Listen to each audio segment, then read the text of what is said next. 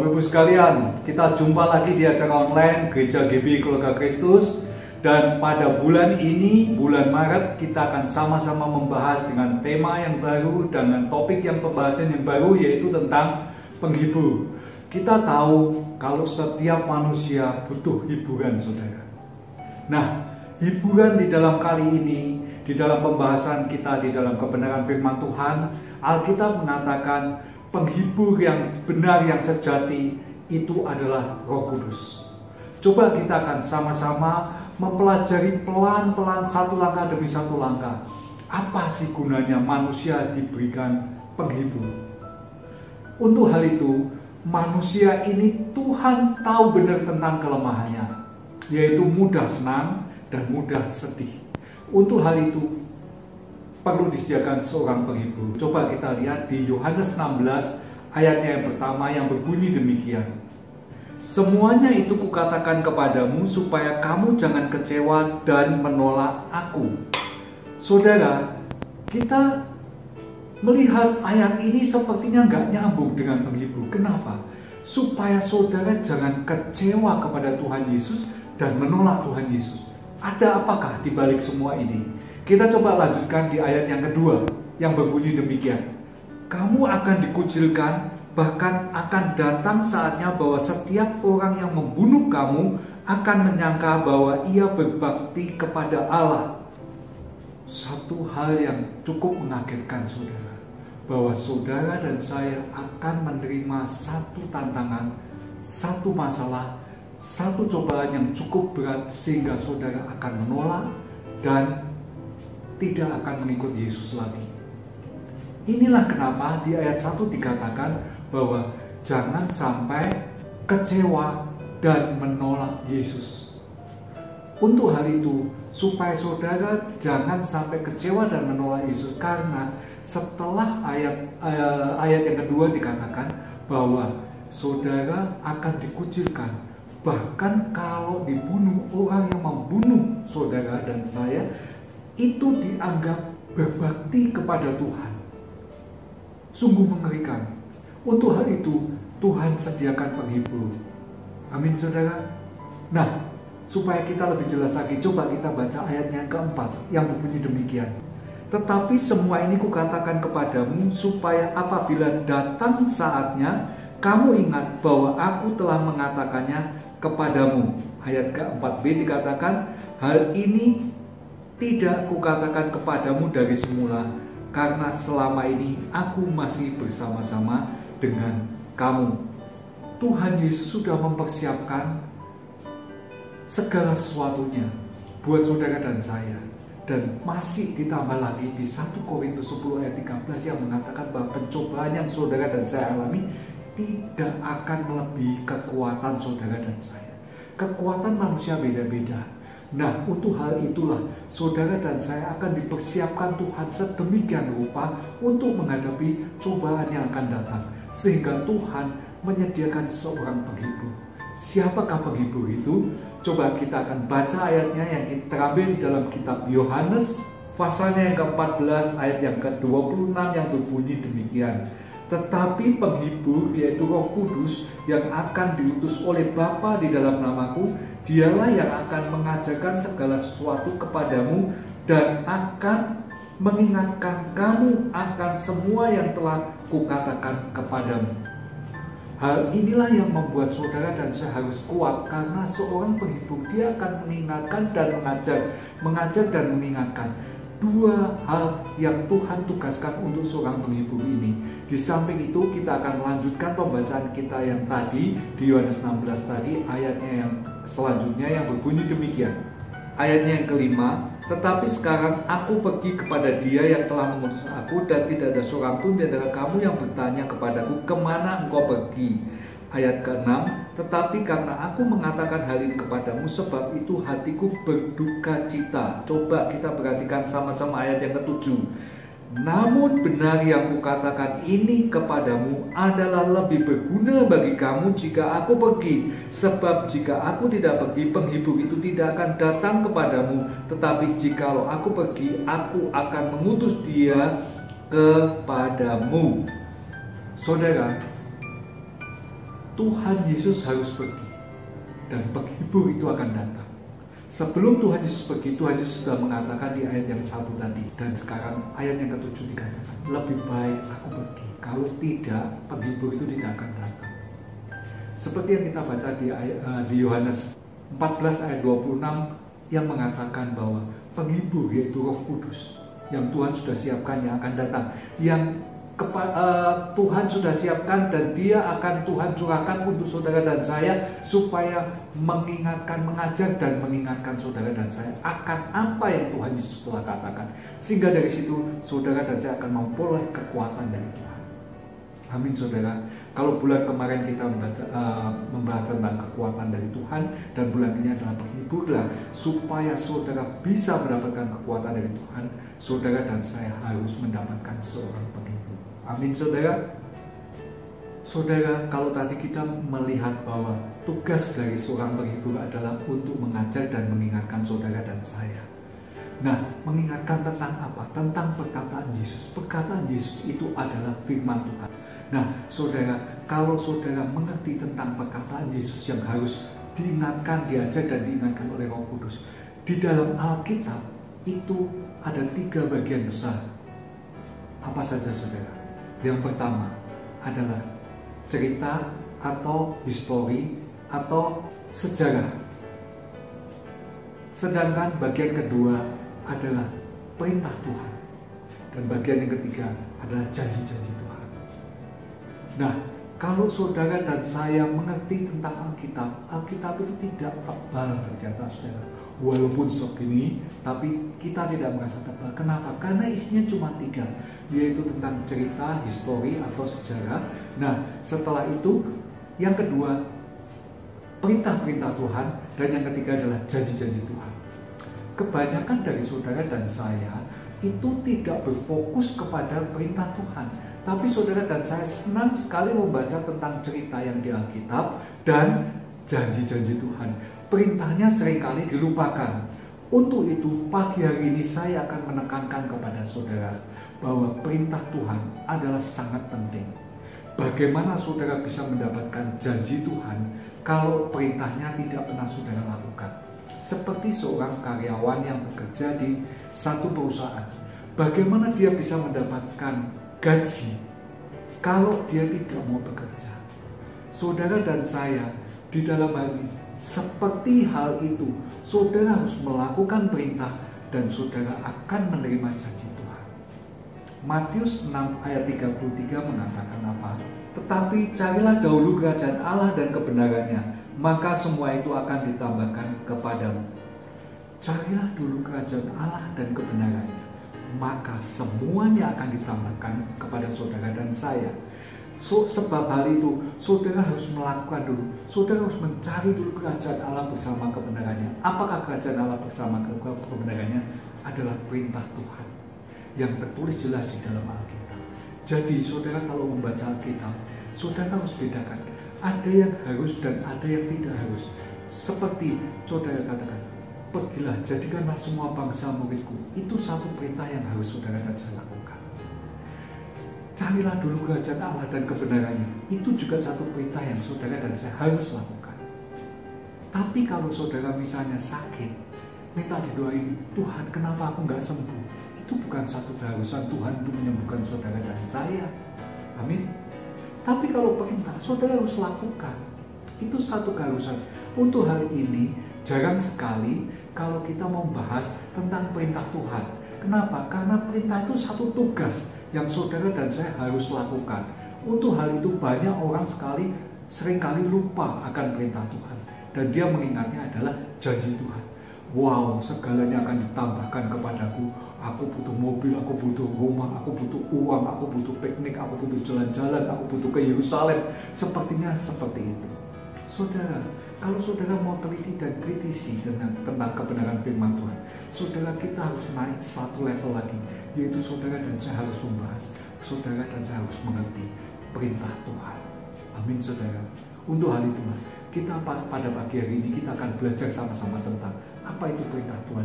Sehingga dari situ, kalau nanti tiba pencobaan itu yang dikatakan Yesus, engkau akan kecewa dan menolak aku, kita tidak akan kecewa dan menolak Tuhan. Kenapa? Karena kita sudah tahu, kita sudah diajar dan diingatkan oleh Roh Kudus terus menerus. Untuk hal itulah saudara dan saya butuh seorang penghibur, yaitu Roh Kudus yang dicurahkan saat Yesus terangkat naik ke surga. Roh Kudus dicurahkan. Sebab apa? Saat Yesus tidak terangkat ke surga, semua orang akan fokus kepada Yesus. Yesus ada di Yerusalem, berarti Yesus tidak ada di Jakarta. Yesus ada di Jakarta, berarti Yesus tidak ada di Australia. Yesus ada di Australia, berarti Yesus tidak ada di Amerika. Sebab Yesus adalah menggunakan tubuh manusia, sedangkan Roh Kudus dia tidak terbatas tempat dan waktu. Sehingga saat Yesus naik ke surga, kehadiran Yesus di dunia ini digantikan oleh Roh Kudus, yaitu Roh yang akan menghibur saudara dan saya, supaya saudara dan saya tidak sampai kecewa dan menolak Yesus Kristus. Hal itulah saudara harus kritis dan saudara harus membaca firman Tuhan ini dengan pengetahuan yang benar-benar dibukakan oleh Roh Kudus. Untuk hal itu, saudara, kita akan belajar sama-sama bagaimana saudara dan saya bisa membaca kebenaran firman Tuhan ini dengan tuntunan Roh Kudus.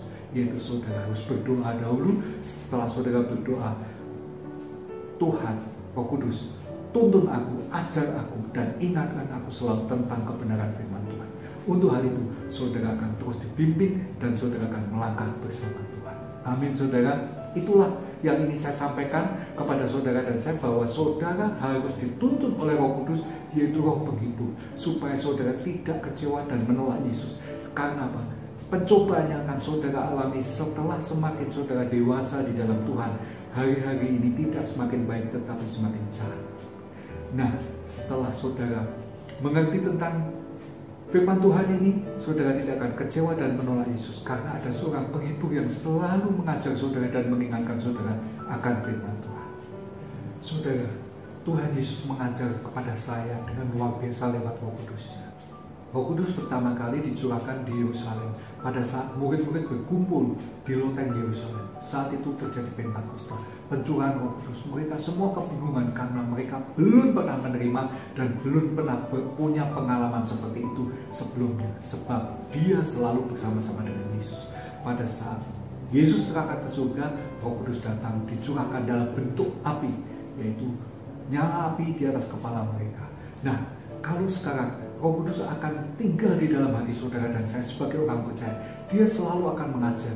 Saat itu saya terima satu pengajaran, saya akan kesaksian sedikit, yaitu pada saat saya masih SMA, mungkin sekitar umuran segitu, saya main di rumah teman saya. Teman saya saat itu sedang mempersiapkan satu hadiah, kado. Saya tanya, siapa yang ulang tahun? Teman kita kan gak ada yang ulang tahun. Dia ngomong, mama saya yang ulang tahun. Saya kaget. Mama dikasih kado oleh anak. Satu hal yang mengingatkan saya, Roh Kudus ingatkan saya, kamu tidak pernah memperhatikan ulang tahun orang tuamu, papamu, mamamu. Sejak saat itu, setelah saya pulang ke rumah, saya tanya ke mama, saya tanya ke papa, ulang tahunnya kapan? Mereka semua kaget, kok kamu tiba-tiba menanyakan? Saya bilang gak ada masalah, aku hanya ingin tahu. Setelah saat itu, ulang tahun papa saya di bulan Oktober, saya kasih hadiah. Walaupun mungkin hanya sepotong roti kecil, kue coklat, atau apapun yang aku saat itu sanggup untuk mengadakan atau membelinya.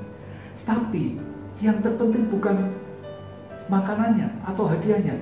Yang terpenting adalah Roh Kudus sudah mengingatkan saya untuk mengasihi orang tua. Orang tua akan terenyuh, akan tersentuh saat anaknya mengingat ulang tahunnya. Ingat saudara, ini satu pelajaran yang harus saudara dan saya lakukan. Jangan saudara abaikan. Kalau saudara misalnya jatuh, sakit, ya, saya waktu itu pernah kecelakaan sepeda motor, ya masih SMA, nakal, ngebut, jatuh. Saya berdoa, Tuhan, kenapa kok aku sampai terjadi kecelakaan? Itu bukan satu keharusan buat Tuhan untuk menolong atau meluputkan saya dari kecelakaan sepeda motor itu. Karena saya nakal, saya ngebut. Nah, itu bukan satu keharusan. Tapi kalau mengingat, mengasihi orang tua, itu satu keharusan. Kenapa? Karena orang tua, di dalam Alkitab dicatat, kasihlah orang tuamu supaya lanjut umurmu. Nah, perintah Tuhan inilah yang harus saudara jalankan. Untuk hal itu saudara, saya diajak Roh Kudus untuk diingatkan ulang tahun mama saya, papa saya. Ulang tahun papa saya 10 Oktober dan ulang tahun mama saya 16 Desember. Papa saya ulang tahun, kemudian mama saya. Sampai sekarang saya masih ingat. Kenapa? Karena saya diajak oleh Roh Kudus untuk mengasihi orang tua saya. Nah, saudara, kalau saudara boleh kritis terhadap apa yang Tuhan Roh Kudus ingatkan atau ajarkan kepada kita, kita terima dan kita terus akan diingatkan. Satu hal lagi yang ingin saya saksikan, saat Roh Kudus mengingatkan saya, yaitu pada saat saya tidak tahu masalahnya, kan saya sering jatuh, kecelakaan, naik sepeda jatuh, naik sepeda motor jatuh, bahkan saya pernah dilindas oleh sepeda juga. Waktu itu di punggung saya itu masih ngecap motif ban sepeda. Nah, waktu itu papa saya takut sekali, dan pada saat seperti itu karena kita belum kenal Tuhan, ya, waktu itu hanya saya, karena saya di sekolah minggukan oleh mama saya punya latar belakang Katolik. Nah, saya sekolah minggu sedangkan papa saya masih belum kenal Tuhan. Waktu itu saya dibawa ke orang pintar untuk mendapatkan perawatan supaya tidak terjadi apa-apa kelak di kemudian hari. Itu anggapan papa saya. Saya diajak ke orang pintar. Nah, setelah pulang dari orang pintar, saya dengar tetangga-tetangga saya juga tahu orang-orang pintar itu, dan dia mengatakan, hati-hati, sebab saat engkau akan sembuh, setannya akan datang mengunjungi engkau. Wah, saya bingung, kok bisa begini ya? Nah, sudah lepas, saya gak ingat lagi. Satu hari saya mengantar mama saya pergi ke pasar. Saya mau mengeluarkan sepeda motor dari dalam rumah keluar. Nah, waktu saya hendak mengeluarkan sepeda motor, tiba-tiba saya nggak sadarkan diri. Saya juga nggak tahu prosesnya seperti apa. Tiba-tiba saya sadar di pangkuan papa saya. Papa saya bingung. Kemudian saya juga bingung, loh, kok saya bisa di pangkuan papa saya. Nah, ternyata papa saya cerita bahwa kamu tadi jatuh, pingsan, dan saat itu sekarang nafasnya tersengal-sengal, gitu. Sehingga saat itulah saya sadar, saya diingatkan Roh Kudus bahwa kamu telah terlalu jauh meninggalkan Tuhan. Saat seperti itu, saya langsung ajak mama saya, yuk Mi ke pasar. Mama saya nggak mau, nggak, kamu istirahat dulu. Saat itu saya masuk kamar, saya cari Alkitab saya yang sudah lama tidak pernah saya baca, saya buka lagi, saya baca, saya berdoa, saya mohon ampun kepada Tuhan. Itulah gunanya Roh Kudus yang mengajar dan mengingatkan saudara dan saya. Untuk satu hal yang penting, saudara harus peka saat saudara diingatkan oleh Roh Kudus.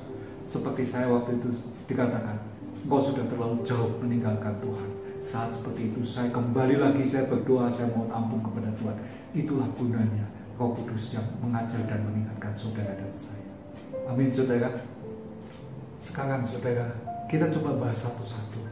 Di Alkitab ada 3 bagian yang saya katakan tadi, yaitu satu adalah cerita atau histori, nah, atau sejarah. Kita coba lihat sama-sama, apakah betul Alkitab itu isinya cerita atau sejarah. Saudara, bagaimana saudara dan saya bisa mengenal Adam dan Hawa? Bukankah semua itu tercatat di kitab Kejadian saat bumi diciptakan? Bukankah itu satu cerita atau sejarah?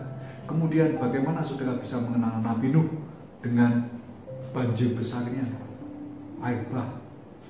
Dan bagaimana saudara bisa mengenal Musa yang membelah laut? Bukankah semuanya tercatat di Alkitab? Itu adalah kitab-kitab sejarah. Itu bukan kitab fiksi atau kitab yang bohong, tapi kitab-kitab benar di mana Tuhan sendiri mencatat kejadian demi kejadian. Nah, saudara, kalau Alkitab itu adalah kitab sejarah, saudara dan saya harus mengajarkan ini kepada anak-anak kita, kepada semua orang yang masih belum tahu bahwa engkau harus mengerti Alkitab adalah kitab sejarah yang tepat, akurat, dan benar. Kenapa? Kalau tidak mungkin Alkitab diterjemahkan di ratusan bahasa. Saudara lihat, Alkitab adalah buku yang diterjemahkan paling banyak ke bahasa-bahasa di dunia ini. Hampir semua bahasa punya Alkitab yang sama seperti yang saudara dan saya pegang saat ini. Inilah firman Tuhan. Inilah Alkitab. Inilah perintah Tuhan, janji-janji Tuhan, dan sejarah tercatat resmi di sini. Untuk hal itu, di mana saudara dan saya harus mengerti rencananya Tuhan itu seperti apa, supaya saudara tidak keluar dari rencana Tuhan, sehingga saudara mengalami stres, ketakutan, depresi, bimbang, khawatir, sehingga saudara mencari hiburan, saudara mencari penghibur, hiburan di luar, tidak menjamin saudara dan saya tambah baik, tapi tambah stres bisa. Untuk hal itu saudara, kita harus cari penghibur yang benar, tepat, dan cocok buat saudara dan saya, yaitu Roh Kudus. Amin saudara, supaya saudara dan saya jangan kecewa dan menolak Tuhan. Di Yohanes 16 ayat 1 tadi dikatakan demikian. Karena apa? Setelah saudara mengerti tentang kebenaran firman Tuhan, setelah saudara memutuskan untuk mengikut Yesus Kristus, iblis tidak tinggal diam. Ini tercatat semua di dalam sejarah kita. Untuk hal itu coba kita lihat ayatnya. Ulangan 6 ayat 1-2, dia berkata demikian. Inilah perintah, yakni ketetapan dan peraturan yang aku ajarkan kepadamu atas perintah Tuhan Allahmu, untuk dilakukan di negeri kemana kamu pergi untuk mendudukinya. Ayat yang kedua, supaya seumur hidupmu engkau dan anak cucumu takut akan Tuhan Allahmu, dan berpegang pada segala ketetapan dan perintahnya yang kusampaikan kepadamu, supaya lanjut umurmu. Ayat 6 kita lihat, Ulangan 6 ayat 6. Apa yang kuperintahkan kepadamu pada hari ini haruslah engkau perhatikan. Ayat 7, haruslah engkau mengajarkan berulang-ulang kepada anak-anakmu dan membicarakannya apabila engkau duduk di rumahmu, apabila engkau sedang dalam perjalanan, apabila engkau sedang berbaring, dan apabila engkau bangun. Demikianlah kebenaran firman Tuhan yang harus saudara dan saya lakukan. Saudara harus memberitakan kebenaran firman Tuhan ini mulai dari keluarga kita. Kalau saudara punya anak, saudara ceritakan kepada anak tentang firman Tuhan, supaya mereka takut akan Tuhan. Kalau saudara punya adik, saudara ceritakan kepada adik saudara. Kalau saudara punya saudara, saudara ceritakan kepada saudara-saudara. Tujuannya apa? Supaya mereka mengenal kebesaran Tuhan, mengagungkan Tuhan, dan memuji serta menyembah Tuhan. Karena hanya Tuhan sajalah yang patut saudara dan saya sembah, yang patut kita semua sembah. Karena hanya Tuhan saja yang mempunyai kekuatan supranatural yang luar biasa hebat. Tuhan saudara dan saya yang kita sembah, Tuhan Yesus Kristus, adalah Tuhan yang kaya. Dia pula yang menyediakan Roh Kudus untuk menghibur saudara dan saya, supaya saudara dan saya tetap berjalan di dalam jalannya Tuhan, sehingga saudara tidak menjadi kecewa dan menolak Tuhan. Untuk hal itu Roh Kudus akan menjagai saudara dan saya. Amin saudara. Inilah penghibur yang Tuhan janjikan buat saudara dan saya, yang sangat powerful, luar biasa. Terus yang kedua, apa yang ditulis Alkitab, yaitu perintah-perintah Tuhan. Nah, kalau kita masuk ke perintah, kebanyakan orang tidak mau mendengar atau malas. Kenapa? Ini ada satu tugas. Saudara dan saya harus melakukannya. Jangan mencuri, jangan membunuh, jangan berzina, jangan bersaksi dusta atau berbohong. Kasihlah Tuhan Allahmu, kasihlah ayah ibumu, dan banyak lagi perintah-perintah Tuhan yang tercantum di Alkitab, ada 10 perintah Tuhan. Untuk hal itu saudara, apakah cuma 10? Saudara, banyak sekali perintah Tuhan. Tapi setelah Yesus datang kedua ini, Yesus mengatakan bahwa hukum Taurat atau 10 perintah Tuhan ini bisa diganti dengan 2. Apakah 2 ini menggantikan 10? Bukan. 2 ini melengkapi. Yang pertama, kasihlah Tuhan Allah. Yang kedua, kasihlah sama manusia. Supaya saudara, saat saudara melakukan hukum kasih, saudara mendapatkan berkat Tuhan, yaitu janji-janji Tuhan. Nah, untuk hal ini jangan dibalik. Saudara ingat akan janji-janji Tuhan, saudara hafalkan janji-janji Tuhan, saudara abaikan perintah-perintah Tuhan. Mulai saat ini saya menjelaskan kepada saudara, saya mengajak saudara semua yang nonton tayangan pada pagi hari ini, supaya saudara ingatlah perintah-perintah Tuhan. Baca Alkitab, harus atau enggak? Harus saudara. Saudara, kalau saudara nonton film Avenger gitu, itu tidak satu keharusan. Tapi kalau baca Alkitab harus. Kenapa? Alkitab adalah buku pedoman kehidupan manusia. Alkitab inilah di sini tertulis lengkap apa yang saudara dan saya harus lakukan, dan apa yang saudara dan saya akan menerima janji Tuhan. Amin. Luar biasa. Harta terbesar orang Kristen ada di Alkitab. Bukan di uang, bukan di emas, bukan di komoditi, bukan di investasi, tapi semuanya ada di Alkitab.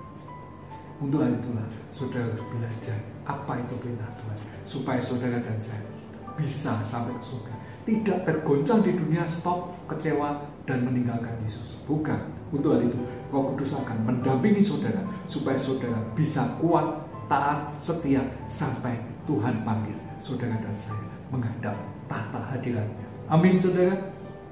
Kemudian yang ketiga saudara, kita akan sama-sama bahas yaitu tentang janji-janji Tuhan. Saudara, kalau kita ngomong janji-janji Tuhan, kita semua akan sukacita. Kenapa? Karena Tuhan menepati janjinya dan Dia tidak pernah lupa. Dan kenapa kok kita harus konsentrasi dan mengingat perintah-perintah Tuhan? Karena kita seringkali lupa mengingat perintah, ingatnya adalah mengingat janji Tuhan. Tuhan tidak akan pernah lupa saudara akan janjinya, dan Tuhan pasti menepati janjinya. Untuk itu saudara tidak perlu ingat. Kalau ingat ya syukur, kalau nggak ingat nggak apa-apa. Tapi yang penting perintah Tuhan jangan saudara lupakan. Nah, kalau janji-janji Tuhan, contohnya kita akan sama-sama baca yang kita ambil dari Matius 21 ayat yang ke-22 yang berbunyi demikian. Dan apa saja yang kamu minta di dalam doa dengan penuh kepercayaan, kamu akan menerimanya. Saudara, kalau kita melihat apa saja yang kita minta di dalam doa dengan penuh kepercayaan, kita akan menerimanya. Wow, luar biasa. Tapi ingat, saudara, doa harus tidak? Harus. Jangan saudara kalau butuh saja langsung berdoa. Ingat, kita berdoa kepada Tuhan itu seperti saudara komunikasi kepada Tuhan. Saudara, kalau saudara ketinggalan handphone saja bingung. Tapi kalau saudara ketinggalan Alkitab tidak pernah bingung. Untuk hal itu Alkitab saudara masukkan di dalam handphone, sehingga kalau saudara ketinggalan handphone, saudara dengan gampang ngomong, wah Alkitab saya ketinggalan, saya harus ambil, padahal handphone saudara. Nah saudara, kalau saudara komunikasi kepada Tuhan seperti kalau saudara komunikasi kepada teman atau saat saudara chatting atau WA-an.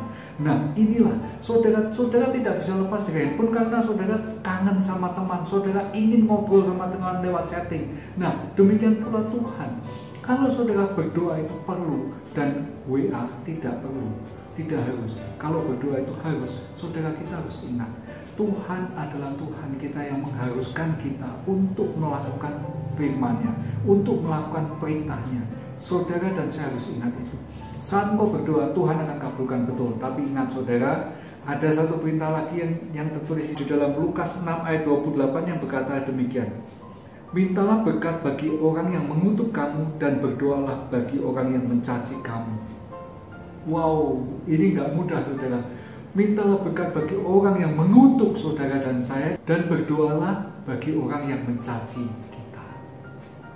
Saudara, Tuhan sudah mengharuskan saudara dan saya untuk mengingat perintah Tuhan, yaitu kasihilah sesamamu manusia seperti engkau mengasihi diri sendiri.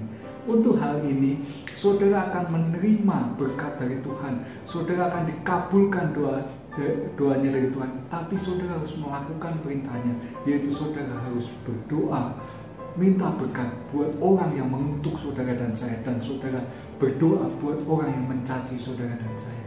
Hal inilah yang saudara harus lakukan. Jadi kalau saudara dengan tulus melakukan hal ini, Tuhan dengan tulus pula akan mengabulkan permintaan saudara lewat doa. Karena ini adalah satu hal yang menjadi peraturannya Tuhan. Saudara tidak boleh langgar. Kenapa kok saudara doa tidak dijawab Tuhan? Kenapa saya doa sepertinya Tuhan tidak ada? Nah, itulah yang menyebabkan supaya saudara jangan menjadi kecewa dan menolak Yesus. Yesus sudah ngomong ini lebih dahulu. Untuk hal itu, saudara dan saya akan dikirim Roh Kudus yang mana akan mengajar saudara, menasihati saudara, mengingatkan saudara tentang firman Tuhan, sehingga saudara bisa melakukan perintah Tuhan, sehingga saudara bisa menikmati janji-janji Tuhan. Itulah gunanya Roh Kudus. Nah saudara, kalau saudara memahami apa yang saya sampaikan pada pagi hari ini, yang pertama yaitu saudara harus menceritakan atau saudara harus memberitahu kepada teman saudara, anak saudara, saudara-saudara yang ada di sekitar saudara dan teman-teman kita semua, bahkan orang tua saudara, tentang siapa Tuhan kita Dan yang kedua, saudara harus mentaati perintah-perintah Tuhan dan melakukannya. Dan yang ketiga, saudara harus menikmati janji-janji Tuhan. Kenapa? Satu paket ini adalah kebenaran firman Tuhan yang tertulis lengkap di Alkitab. Jangan saudara sampai melewatkannya. Saudara bisa menikmati janji Tuhan kalau saudara melakukan firman Tuhan. Dan saudara bisa melakukan firman Tuhan kalau saudara ngerti tentang firman Tuhan. Itu apa? Yaitu yang diceritakan oleh guru-guru sekolah minggu atau oleh pengkhotbah yang saudara dengar lewat gereja atau YouTube. Sampai di sini kebenaran firman Tuhan. Kita akan siapkan hati kita untuk terima perjamuan kudus. Mari saudara, kita sama-sama melakukan perjamuan kudus.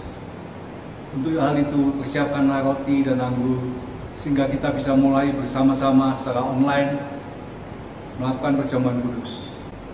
Mari kita berdoa. Bapa di surga, Engkau sungguh baik, sangat baik. Pada kesempatan yang indah pada hari ini Tuhan, kami mau melakukan perjamuan kudus bersama-sama secara online. Biarlah kasih, kuasa, anugerah dan damai sejahtera-Mu melingkupi kami semua dari saat ini sampai selama-lamanya. Engkau yang begitu baik, Engkau yang mengerti apa yang menjadi kerinduan hati kami. Engkau saja yang akan mengampuni segala dosa-dosa kami, sehingga Kau layakkan kami untuk dapat duduk semeja bersama-sama dengan Engkau. Ampuni segala kesalahan kami, ampuni segala kepahitan, kata-kata kami yang menyakiti hati sesama kami, dan juga dendam, iri hati yang ada yang kami simpan di dalam hati kami. Biarlah kami semuanya mau mengakui di hadapan-Mu ya Bapa, sebelum kami melakukan perjamuan kudus ini, sehingga kasih, kuasa, anugerah dan damai sejahtera-Mu boleh turun kepada kami dari saat ini sampai selama-lamanya. Terima kasih Tuhan, terima kasih Bapa. Mari saudara, berdoalah, minta ampun kepada Tuhan. Kalau masih di antara kita yang sakit hati, dendam, iri hati kepada sesama kita, kepada papa kita, mama kita, saudara kita, kakak, suami, istri, dan siapapun saja yang kami merasa dendam, iri hati, biarlah Tuhan yang Maha Pengampun akan menyucikan hati kita dan melayakkan kita untuk duduk semeja bersama-sama dengan Dia. Terima kasih Bapa, terima kasih Tuhan Yesus. Oleh kemurahan-Mu saja, Engkau yang melayakkan kami untuk dapat melakukan perjamuan kudus ini. Hanya di dalam nama Tuhan Yesus Kristus. Haleluya. Sama-sama katakan, amin. Peganglah roti di tangan kanan saudara, dengarkanlah kebenaran firman Tuhan. Sebab apa yang telah kuteruskan kepadamu telah aku terima dari Tuhan, yaitu bahwa Tuhan Yesus pada malam waktu Ia diserahkan mengambil roti. Angkatlah roti tinggi-tinggi melebihi kepala kita, saudara. Dan sesudah itu Ia mengucap syukur atasnya. Ia memecah-mecahkannya dan berkata, inilah tubuhku yang diserahkan bagi kamu. Perbuatlah ini menjadi peringatan akan aku. Bukankah roti yang kita pecah-pecahkan ini adalah persekutuan dengan tubuh Tuhan Yesus Kristus? Makanlah di dalam nama Tuhan Yesus Kristus.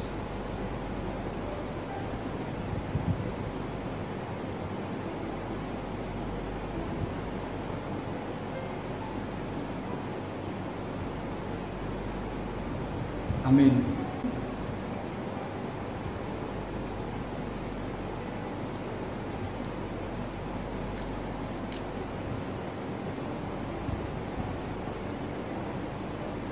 Angkatlah cawan tinggi melebihi kepala kita, saudara, dan ucapkanlah kebenaran firman Tuhan. Demikian juga Ia mengambil cawan sesudah makan, lalu berkata, cawan ini adalah perjanjian baru yang dimeteraikan oleh darahku. Perbuatlah ini setiap kali kamu meminumnya menjadi peringatan akan aku. Bukankah cawan yang kita angkat tinggi-tinggi ini adalah persekutuan dengan darah Tuhan Yesus Kristus? Di dalam nama Tuhan Yesus Kristus, minumlah.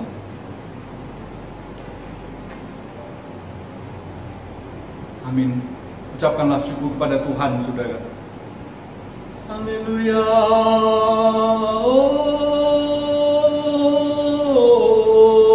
Haleluya. Engkau baik Tuhan. Haleluya.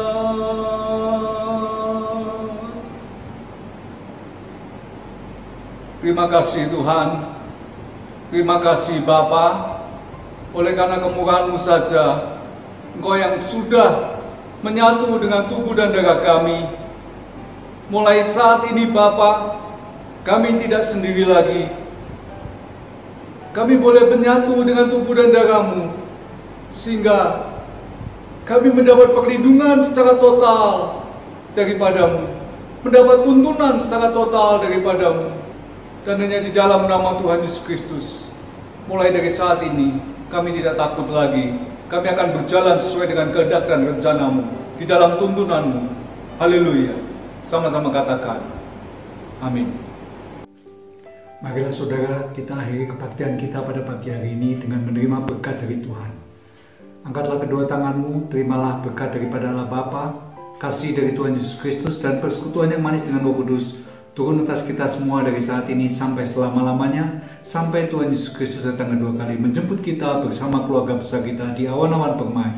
Tuhan yang begitu baik, yang sudah menolong kita, memberkati kita, mengangkat kita menjadi kepala dan bukan ekor, terus naik dan tidak turun. Apapun saja yang kita lakukan dan kerjakan untuk kemuliaan nama Tuhan.